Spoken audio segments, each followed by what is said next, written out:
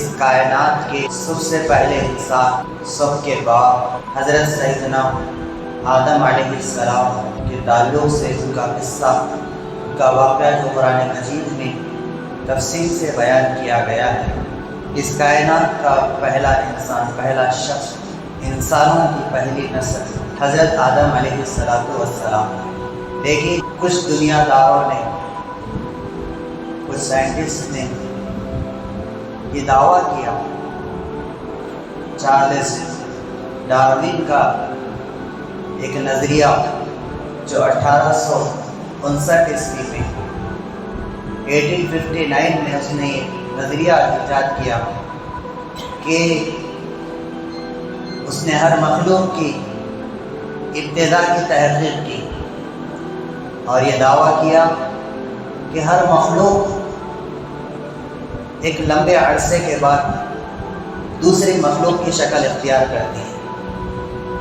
پہلے کچھ نہیں تھا، پانی سے کیڑا بنا، کیڑے سے حیوانات بنے، پھر حیوانات ایک دوسرے کی شکل اختیار کرتے آ رہے ہیں۔ یہ اس کا کہنا ہے۔ وہ یہ کہتا ہے کہ سب سے پہلے جو انسان بنا وہ پہلے حیوان تھا۔ بعض لوگوں نے کہا کہ سب سے پہلے انسان وہ بندر کی شکل میں تھا، وہ حیوان دھیرے دھیرے انسان بن گیا۔ اس طرح کہنا یہ انسان کے تقدس کو پامال کرنا ہے۔ انسان کو اللہ نے اشرف المخلوق بنایا، یہ خود اپنی بے عزتی کر لینا ہے، یہ خود اپنے پیر پر کلہاڑی مارنے کی طرح ہے کہ اپنی ابتدا کو کسی جانور کی طرف منسوب کرے۔ اس نے جو بھی تحقیق کی، لیکن اس کی تحقیق ماننے والوں نے مانی، لیکن اکثر مذاہب کے لوگوں نے اس کی تحقیق پر رد کی۔ یہود و نصارہ بھی اس کا رد کرتے ہیں، ہندو مذہب والے بھی اس کا رد کرتے ہیں، مسلمان تو اس کا رد کرتے ہی ہیں، اس لیے کہ اللہ تعالیٰ نے ہمیں قرآن مجید کے ذریعے پہلے انسان کی نشاندہی کی گئی کہ تمہارے پہلے انسان وہ حضرت آدم علیہ السلام ہے۔ اللہ نے قرآن پاک میں فرمایا وَبَدَأَ خَلْقَ الْإِنسَانِ مِنْ طِينٍ ثُمَّ جَعَلَ نَسْلَهُ مِنْ سُلَالَةٍ مِنْ مَاءٍ مَهِينٍ۔ ہم نے پہلا انسانوں کے بنانے کی ابتدا مٹی سے کی، وہ حضرت آدم علیہ السلام کا جو پتلا تیار ہوا، ایسی مٹی جو چپکنے والی، جس میں ریت ملی ہوئی، جو بہت ساری خوبیوں کے مالک، اپنے اندر مٹی کی خوبی جو زرخیزی اور اس کے اندر کی جو صفات، جو اچھے صفات سمجھے جاتے ہیں، سارے صفات کے حامل مٹی کو جمع کیا گیا، اس کا کیچڑ بنایا گیا، اس کی خمیر تیار کی گئی۔ اس خمیر کے تیار کرنے سے پہلے اللہ تعالیٰ نے فرشتوں سے اپنے ارادے کا اظہار کیا۔ وَإِذْ قَالَ رَبُّكَ لِلْمَلَائِكَةِ إِنِّي جَاعِلٌ فِي الْأَرْضِ خَلِيفَةً۔ فرشتوں کے سامنے اللہ تعالیٰ نے اقرار کیا، یہ ارادے کا اظہار کیا کہ میں زمین میں اپنا خلیفہ بنانے والا ہوں، اپنا نائب بنانے والا ہوں۔ وہ زمین میں آ کر میرا تعارف کرائے گا، وہ زمین میں آ کر اللہ میرے احکامات پر، مخلوقات کو، اپنی نسل کو چلائے گا، اور اس سے دنیا آباد ہوگی انسان کی شکل میں، بشر کی شکل میں۔ جب فرشتوں نے یہ سنا تو فرمانے لگے أَتَجْعَلُ فِيهَا مَن يُفْسِدُ فِيهَا وَيَسْفِكُ الدِّمَاءَ۔ کیا آپ ایسی مخلوق کو دنیا میں وجود بخشنا چاہتے ہیں جو دنیا میں فساد مچاتے ہیں؟ تو اللہ تعالیٰ نے فرمایا إِنِّي أَعْلَمُ مَا لَا تَعْلَمُونَ، جو کچھ ہونے والا ہے وہ مستقبل کو، آئندہ کو میں جاننے والا ہوں، تم جاننے والے نہیں۔ چنانچہ اللہ تعالیٰ نے فرشتوں کا امتحان لیا، حضرت آدم علیہ السلام کو نام سکھائیں، چیزوں کے نام سکھائیں۔ فرشتوں سے سوال کیا کہ ان کے نام بتاؤ، تو وہ بتا نہیں سکے۔ حضرت آدم علیہ السلام نے وہ نام بتا دیا۔ پھر وہ سمجھ گئے کہ اللہ تعالیٰ کسی چیز کو پیدا کرتے ہیں تو اس میں ضرور کوئی حکمت ہوتی ہے، کوئی ایک مقصد ہوتا ہے۔ بے فائدہ، بغیر مقصد بغیر حکمت کے اللہ تعالیٰ کوئی چیز پیدا نہیں کرتی۔ فرشتوں کی یہ بات سمجھ میں آ گئی۔ پھر اس مٹی کو گارا بنایا گیا، پتلے کی شکل بنائی گئی، پھر مٹی کو سوکھنے تک ایسے ہی رکھا گیا۔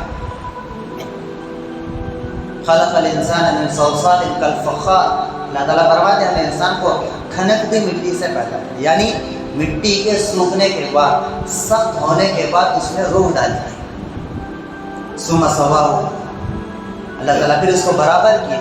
ونفخ فیہ من روحہ، اپنی روح سے روح ڈالی، یعنی اللہ تعالیٰ بندے کی، انسان کی طرف اس کے جسم میں جو روح ڈالی گئی اس کو اپنی طرف مصروف کر دیا، اس کو اپنی طرف مصروف کر کے یہ پیغام دینا چاہ رہے ہیں کہ اللہ کی ذات کی طرف کوئی چیز منسوب ہوتی ہے تو پھر اس کی شرافت، اس کی عظمت، اس کی بڑائی اور بڑھ جاتی ہے۔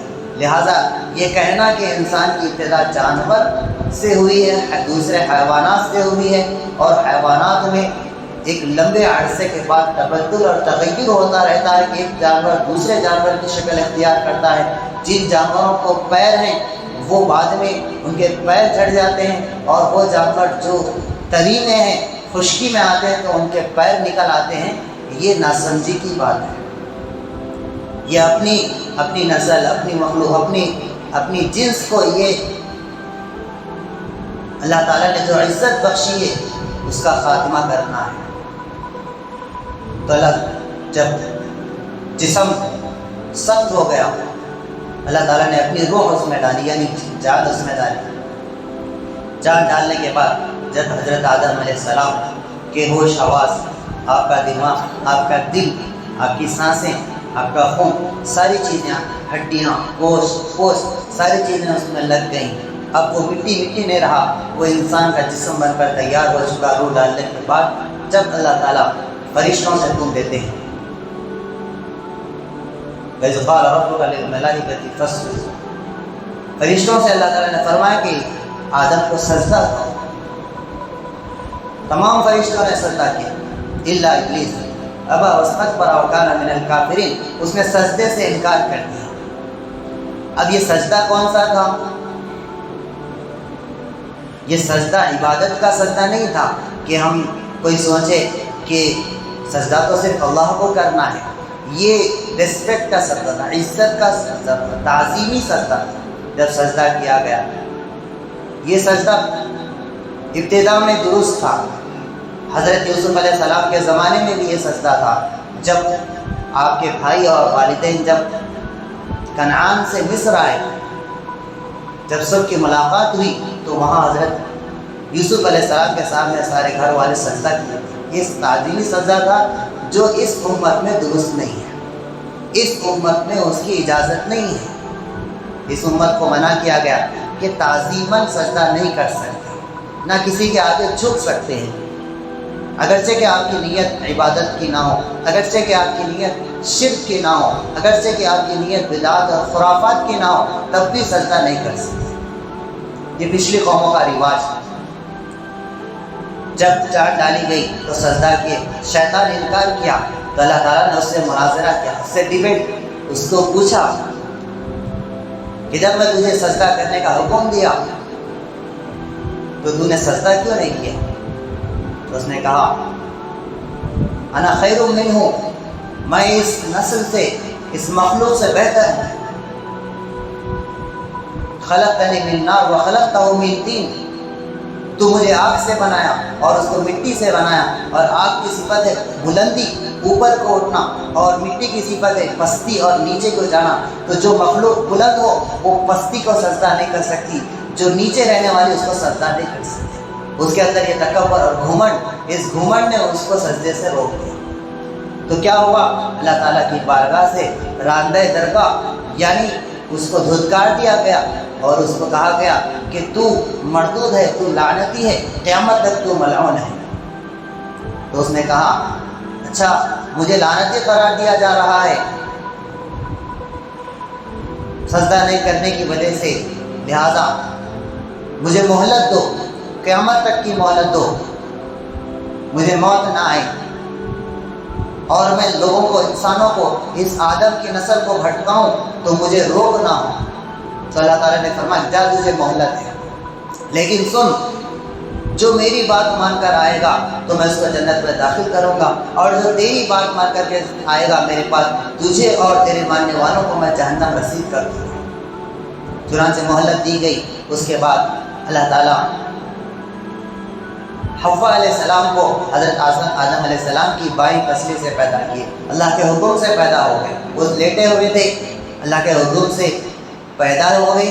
جب وہ بیدار ہوئے تو دیکھی کہ ایک بازو میں ان کی اہلیہ ہے۔ پھر ان کا نکاح ہوا۔ نکاح ہونے کے بعد اللہ تعالیٰ کے حکم سے دونوں کو جنت میں داخل کیا گیا۔ دونوں جنت میں رہنے لگے۔ جب جنت میں داخل کیا گیا تو اللہ تعالیٰ کی طرف سے حکم ہوا، کھاؤ پیو حیث شئتما ولا تقربا هذه الشجرة، لیکن اس درخت کے دانے کو نہیں کھانا ہے، اس درخت کے پھل کو نہیں کھانا۔ اس درخت کی نشاندہی میں اختلاف ہے، اکثر کی رائے کہ وہ گندم کا درخت تھا، لیکن جب یہ حکم ہوا تو شیطان ان کے دلوں میں وسوسہ ڈالنا شروع کر دیا۔ ادھر اماں حوا کے علیہ السلام کے دل میں بھی ڈالتا، ادھر آدم علیہ السلام کے بھی دل میں وسوسہ ڈالتا، اس لیے کہ اللہ نے اس کو یہ اختیار دیا۔ تو دونوں نے سوچا کہ اللہ تعالیٰ نے فرمایا کہ اس درخت کو نہیں کھانا ہے، اس جیسا درخت اگر کوئی دوسری جگہ ہے تو ہم شاید اس سے کھا سکتے ہیں۔